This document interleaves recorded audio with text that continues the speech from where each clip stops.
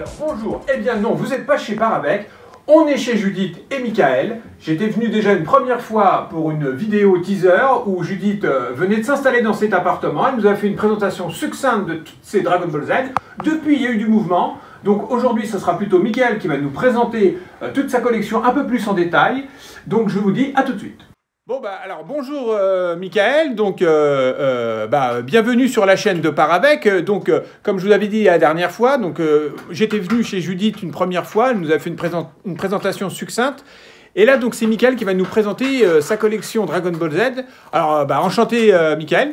Bonjour, bienvenue.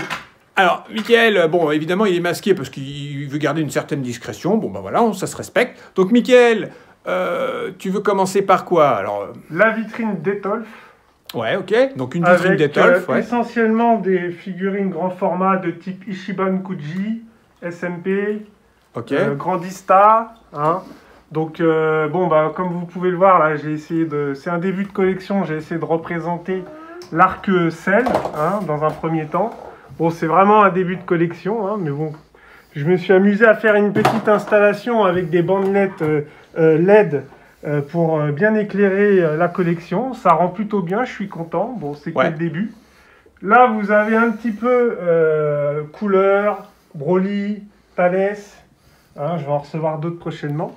Là, vous avez l'arc Sangoku avec sa famille, Vegeta, Sangohan, le père Bardock. Ok, donc alors si je te coupe un peu, Michael, donc les Dragon Ball Z qu'on voit là, qui sont tous réunis au même étage, donc là c'est essentiellement des productions de quelle manufacture? Alors c'est que du Bandai, ça vient du Japon. Vous avez là SMP en 2 dimensions. Ok. Donc forcément c'est des figurines qu'on ne trouve plus en commerce, mis à part sur le marché de l'occasion. Là, vous avez une qui est introuvable, Sangoku, là, tout au fond, là. Sa cote, elle est à 150 €, introuvable. Gogeta de chez Grandista, Bardock de chez Grandista, SMP. Là, je me suis fait un petit coin Super Saiyan avec Vegeta en 2 dimensions, super rendu cel shading. La Sangoku introuvable au fond, la Gogeta de chez Grandista, Bardock de chez Grandista, la Sangohan de chez Grandista, comme vous pouvez voir là, celle que j'ai eue récemment, j'aime beaucoup. Et alors surtout la Bardock 2 dimensions là, que vous pouvez voir ici, là, SMP, magnifique celle-là, on dirait vraiment un dessin. Je suis d'accord avec toi, c'est vrai qu'elle est particulièrement détaillée. Un truc qui a été dessiné au crayon à papier, quoi. Elle est magnifique. Ok. Voilà. Alors on va. En dessous, on a un arc Dragon Ball avec Ichiban Kuji, voilà. D'accord, ok, ouais. Bon, ça c'est une petite GX Materia. Donc tout ce qui est en bas, on est sur du Dragon Ball. Bon, c'est un début, c'est un début. D'accord, ok. Ok, donc après on va remonter. Donc là, qu'est-ce qu'on a? Donc là, je vois ça, c'est la grosse vitrine. Donc là, je vois. Donc là, on a quoi? C'est que de l'officiel, c'est du Bandai. D'accord. Donc là, on a quoi? Ça, c'est Thalès. D'accord, Thalès, ouais. Ichiban Kuji, tout droit du Japon. Ok, Thalès, quelle production? C'est Ichiban Kuji. Ça fait partie de la loterie japonaise. Ok, donc si je comprends bien, dans cette vitrine, c'est que du Ichiban Kuji? Non, ça pas tout. D'accord, donc tu me là, préciseras. Là, vous avez une Broly, c'est du King Clustar. Ouais. Alors attends, je vais me permettre de décaler parce qu'on voit pas très bien. Donc le Broly, alors le Broly qui est assez gros, ouais, en effet, qui est pas mal du tout. Ensuite, derrière, qu'est-ce qu'on a? Couleur forme finale, Ichiban Kuji. Couleur forme métal, Ichiban Kuji, elle est magnifique. Alors couleur métal, elle est particulièrement. Elle est belle, ouais, c'est assez joli. Je la pivote. Ouais, vas-y, pivote là, ouais. La couleur. Je vais recevoir la forme normale bientôt. Voilà. Et puis, puis après au-dessus, donc celle forme finale. Ouais, ok, Ichiban Sho. Donc en fait, Ichiban Sho, c'est Ichiban Kuji, mais version occidentale. Mais ça veut dire que ça a été édité au Japon en Ichiban Kuji, puis après, 1 an plus tard, en Ichiban Sho dans l'Union Européenne. Bon, Ok. Et là, on a un mini-cell, donc? Alors, c'est un mini-cell Ichiban Kuji. D'accord. Mini-cell qui vient du Japon. Ok. Donc là, on a fait à peu près le tour de cette vitrine, de chez Iga, donc. Bon, là, je vois se fait plus. Qui se fait plus. Vitrine d'Etolf qui se fait plus, qui a été remplacée par une vitrine. Là, on voit Boubou en transformation. AliExpress. Voilà, AliExpress, donc on va pas s'y attarder. Ok, donc ensuite, Michael, donc qu'est-ce que tu veux nous montrer, donc parce que après, ça, c'est ce qu'on appelle des prizes, c'est-à-dire des figurines entre guillemets low cost qu'on retrouve au Japon dans les 10-20 euros, qu'on retrouve en Europe dans les 30 à 40 euros. Pas toujours d'ailleurs, hein. Des fois on peut se les procurer uniquement au Japon. Donc là vous avez gamme GX Materia. Alors GX Materia c'est de la price, c'est de la figurine entre 20 et 30 euros, mais fait par un sculpteur très connu au Japon, donc ce qui donne lieu à des petites figurines mais avec de très beaux sculptes. Hein, comme vous pouvez voir, le Piccolo, malgré sa gamme, il est plutôt bien réalisé. Ouais. Hein, bon, bah, par contre, la particularité, contrairement aux Ichiban Kuji, c'est qu'il y a un socle à chaque fois. Ouais, il y a un socle. Et elles sont plus petites. Elles sont plus... Ouais, alors c'est vrai que... Moins détaillées. Voilà, donc moi qui ne suis pas un énorme connaisseur en figurine Dragon Ball Z Ichiban Kuji, mais c'est vrai qu'on voit tout de suite qu'on descend en gamme sur cette série. Là, vous avez Krillin en GX Materia, Piccolo GX Materia, Yamcha en GX Materia, vous avez le Freezer au fond en GX Materia. Yamcha, je ne l'ai pas trop vu. Ok, il est là, Yamcha, Bon, Freezer en... Voilà. Boo en GX Materia. Alors, ce qui est bien, c'est que quand même, cette série de figurines, elles sont en animation avec leur socle, ce qui est plutôt pas mal quand même. On appelle ça des figurines dynamiques, hein, en pose dynamique. Elles sont pas... Voilà, donc elles sont un peu vivantes, ça c'est quand même pas mal. Après, donc tu nous présentes quoi là, je vois derrière? Toujours sur des petites étagères Ikea, hein, toujours de la prize. Hein, donc bon, là vous avez une Sangoku que je n'aime pas particulièrement. Hein.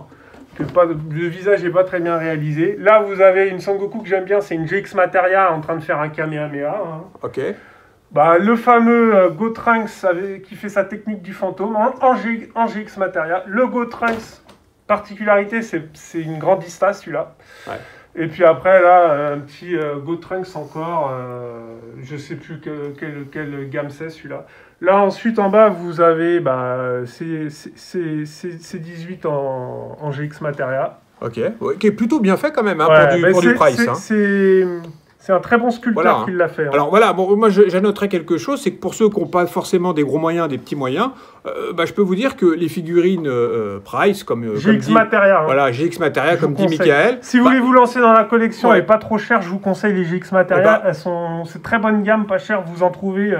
entre 20 et 30 euros. Ouais, bah franchement, je trouve que ces figurines GX Materia font le café, comme on dit. Avec pose dynamique. Hein. Ouais.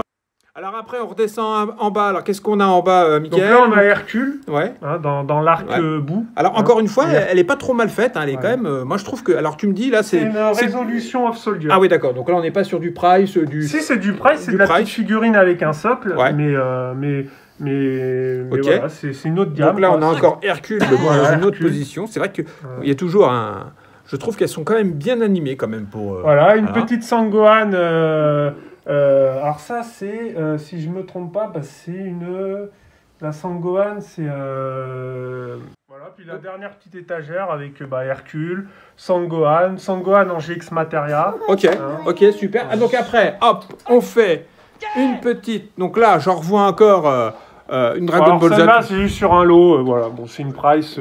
J'aime pas trop. Hein, je l'ai là parce que c'est sur un lot. Ok, donc sans intérêt. On va partir. Et puis donc là, on va faire une petite aparté. Donc là, je vois que tu as des figurines Mortal Kombat. Ah ouais. Alors dis-nous en plus sur ces figurines. Alors ça, c'est de la belle figurine Mortal Kombat. D'accord. Alors introuvable, hein, on les trouve. D'accord. Bon, alors l'édition, c'est qui fait ça? Je sais plus. Montre la boîte. C'est des Galeries Diorama, introuvable. Hein.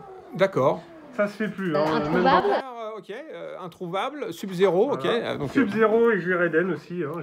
Pose dynamique, j'aime beaucoup. Hein. Ok. Donc c'est vrai qu'elles sont quand même de belle qualité. Elles sont bien animées sur un espèce de... Sur un diorama. Voilà. On appelle ça un diorama. On a encore du Mortal Kombat. Voilà. Donc qu'est-ce que tu peux nous dire là-dessus? Bon, c'est du Mortal Kombat, on dira... C'est du jouet là. Hein. Ouais, du jouet. Mais par contre, du jouet introuvable. Hein. Du jouet introuvable, d'accord, ok. D'accord. Bon, c'est McFarlane qui fait ça. Bon. Articulé. Donc après, au-dessus, là, on a un Sonic. Ouais, c'est du Amiibo. Puis après, on a du Amiibo là-bas. Puis là-bas, j'ai du Amiibo. Ok, donc alors, on va aller quand même voir ça. Hein. Tu vas quand même... Donc ça, on l'avait déjà vu, la première vidéo, quand j'étais venu... très rapidement voir le début de l'installation. Donc là, du Amiibo. Du Amiibo qui était introuvable il y a un an de ça et qui a été réédité. Oui, c'est ce que j'ai... On les retrouve chez Micromania maintenant, il y a Carrefour, et du coup, la valeur a chuté. Oui, et d'ailleurs là-dessus... Sauf celui-là, là, le petit Bayonetta. Regarde-moi ça, ce petit Bayonetta. D'accord, ok. Alors c'est vrai que moi, j'avais eu quelques quelques anecdotes là-dessus, c'est qu'il y en avait qui stockaient, qui achetaient des Amiibo en espérant que ça prenne en cote. Et quand ils ont hérédité, bah, ça a été la catastrophe pour beaucoup d'investisseurs, on va dire, entre parenthèses, si on peut appeler ça des investisseurs. Mais voilà, on va dire que, voilà, comme on dit, ils coffraient de l'Amiibo dans l'objectif de les revendre plus cher plus tard, et malheureusement, c'est un peu tombé à l'eau. Alors là, pour terminer, donc, Mickaël, qu'est-ce qu'on a là? Je l'avais déjà vu aussi. C'est un lot que j'ai eu sur Internet. Hein. Ouais, ok, ouais, d'accord. Du petit Amiibo. Du petit Amiibo, bon, sympathique, bon, voilà. Hein, bon. Voilà. Bon, alors, Mickaël, alors, merci quand même de m'avoir accueilli. Donc, tu nous as fait la présentation. Donc si j'ai bien compris, tu as encore beaucoup de figurines à ramener dans ce nouvel appartement. Ouais. Je crois que tu vas faire une pièce dédiée à ça. Donc, du coup, ça sera encore l'occasion que je revienne. Bon, on se connaît depuis un moment, donc il n'y a pas de souci. Et donc, tu nous présenteras toutes les autres pièces qui vont arriver. Effectivement, ouais. Hein. Donc, c'est déjà ça. Voilà, oui, c'est le début de la collection Dragon Z. Bref, je vais me consacrer essentiellement aux grosses figurines type Ichiban Kuji à apporter du Japon. On clôturera quand même ce je viens chez elle et je viens chez toi. Voilà. Hein, au plaisir. C'est moi qui te remercie. Donc voilà, un petit dernier aperçu de la fin de cette vidéo. Oh, pardon, par avec. Ah bah dis donc. Bah bravo, Mickaël.